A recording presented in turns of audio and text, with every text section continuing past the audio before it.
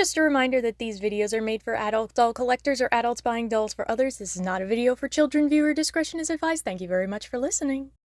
Hello Internet! My name is Kelsey and welcome back to my closet. Alright guys, so you're probably seeing this in 2024 after my top 10 dolls of 2023 video because it's just a whole thing. I explain it in the top 10 video. Go check that out if you haven't yet, but I wanted to do a proper review and show you guys my full thoughts on some of the Dark Horse dolls that popped into that list. One of them being the one that I have promised for a long time to actually open, Ariel, the retro reimagined holiday Target exclusive doll. She definitely deserves her own separate video. I mean, they all do. Yeah, we're out of order here. I'm filming this before the top 10 video, so like I'm kind of predicting that I'm going to explain things more in that video. It'll all make sense through video editing magic. So anyway, yes, I have been waiting to open this doll, and now it is finally time. Like I said, she's a Target exclusive. She was $29.99, released in November, I believe November 5th. And I probably said before that Little Mermaid is not one of my favorites from the Renaissance era of Disney movies, but Ariel herself is super cute. Like, I see a lot of Ariel dolls and I don't know if it's the red hair or just her face sculpt or whatever. She's always just so sweet looking, and I love the blue dress. Like, this is my favorite outfit that Ariel wears in the movie, is her blue dress. That or maybe the one at the very end when she comes back out of the water as a human, but yeah, I love the blue dress. It's like one of my favorite looks for Ariel. This is made by Mattel. Looking at her just in the box and a lot of the details that are on this outfit and the articulation, which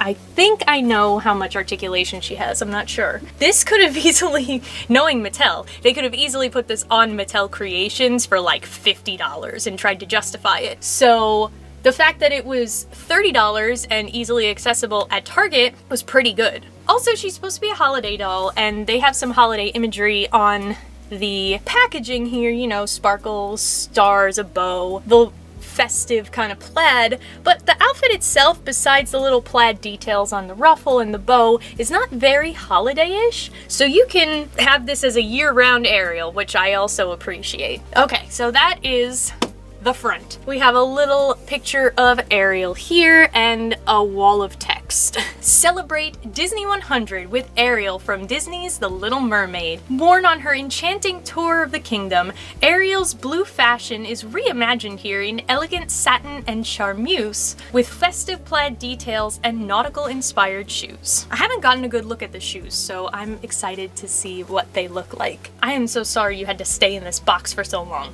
Alright guys, let us open her. Alright guys, here is Ariel out of the box, and wow.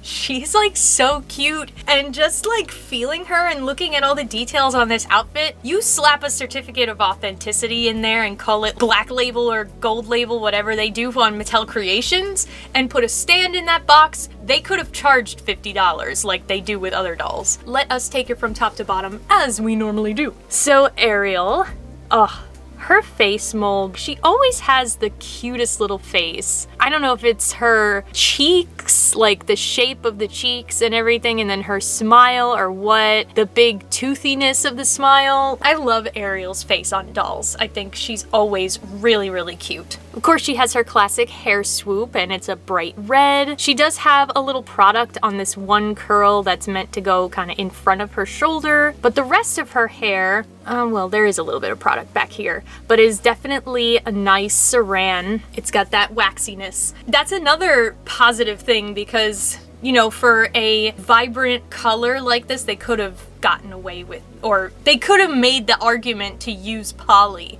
but instead, oh, yes, it's nice. It needs to be washed, and it probably would be nice and easy to recurl some of these curls because they're not super tight in the first place. So she'll definitely be getting a little bit of a spa day. And in her hair, it's a half up, half down, which is how she wears it at this part of the movie. And she has a bow, which she also has in the movie, but this one is plaid. I think the original bow was like a solid blue or black. So the plaid is really cute. It's blue with some red stripes. Again, not super holiday-ish, but just enough, just a touch, because plaid is very wintry holiday. The only issue here, but I'm not gonna take her hair down anyway, if you did want to take her hair down, it's not on an elastic or anything. The bow is just sewn into the ponytail part of the hair. So if you wanted to change her hairstyle at all but reuse the bow, you would have to put your own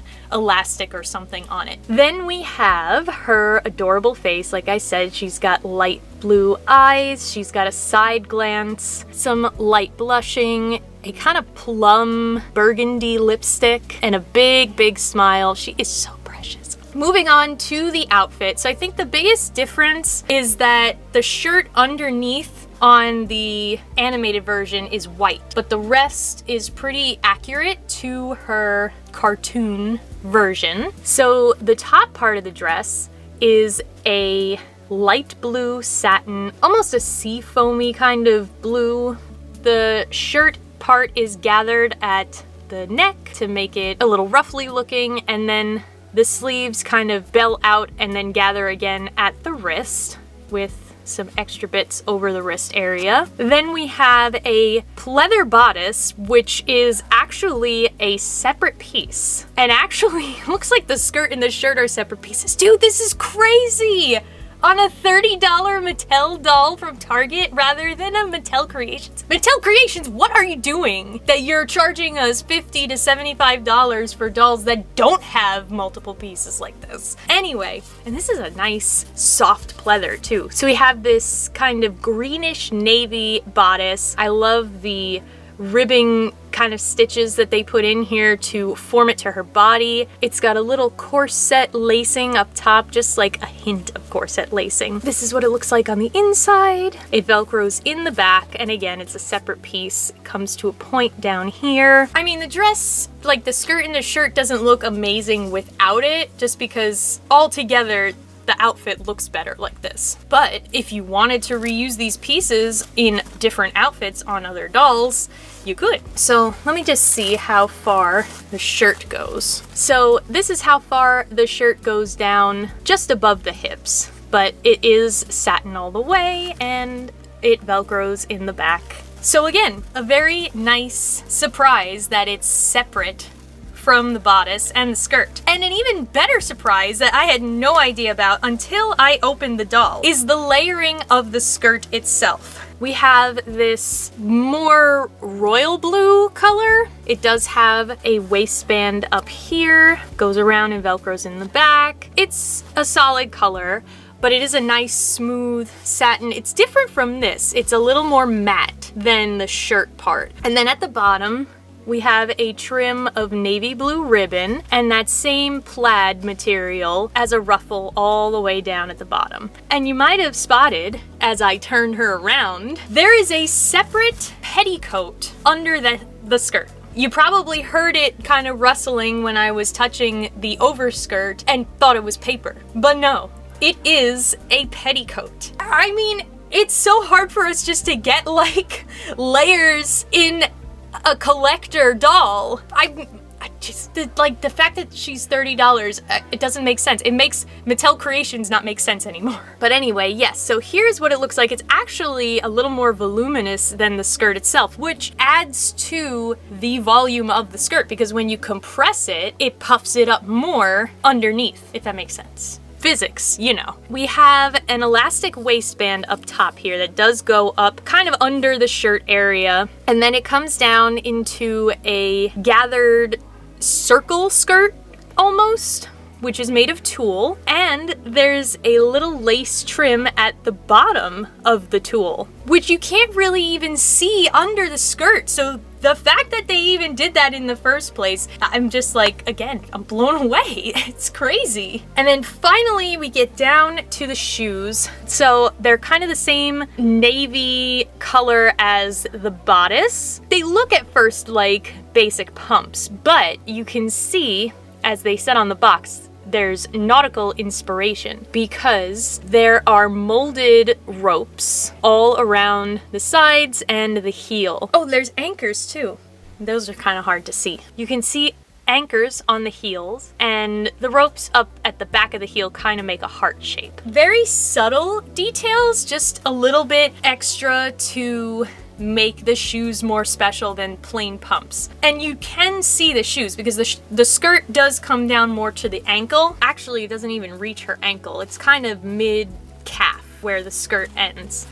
And again, you can't see the lace on the bottom of the petticoat very much, but at least you know it's there. So if you had her sitting down, you probably could position it in a way that the lace would kind of show. And then on top of that, let's look at the articulation. We have movement at the head, full movement. The shoulder, the elbow, her elbows are a little stiff, but she has elbow articulation. The hips and the knees, and they're not snap knees, they are actual joints. That is another thing. They could have easily put her on the same body they've been using for the basic princess dolls with just 5 points of articulation, but they gave her a little bit extra so that she could pose better. I mean, like, it makes me hopeful. It makes me hopeful that they'll do more cute, like, low-level collector dolls that are easy to get in a store, and they're not super expensive, but they still have some nice quality to them. She is really, really great, especially for the price point and thinking about Mattel's track record in the past. She does not come with a stand. She does not come with any accessories. If the lack of accessories is what gave her the extra little details in her outfit, then I'm totally okay with that. Sometimes accessories, while they're fun for photos and posing, you wind up losing something on the doll itself. A stand might have been nice for a doll that's supposed to be more of a collector doll, but I will forgive them because she's so cute. If you're an Ariel fan, especially, highly, highly recommend this doll. She is adorable and makes me want to be an Ariel fan. So anyway, you guys let me know what you think of the retro reimagined Ariel. Thanks so much for watching the video. If you liked it, give it a thumbs up, subscribe to the channel, share the video with your friends, and until next time, sha-la-la-la-la-la, my oh my, look like the boy too shy, ain't gonna kiss the girl, whoa whoa.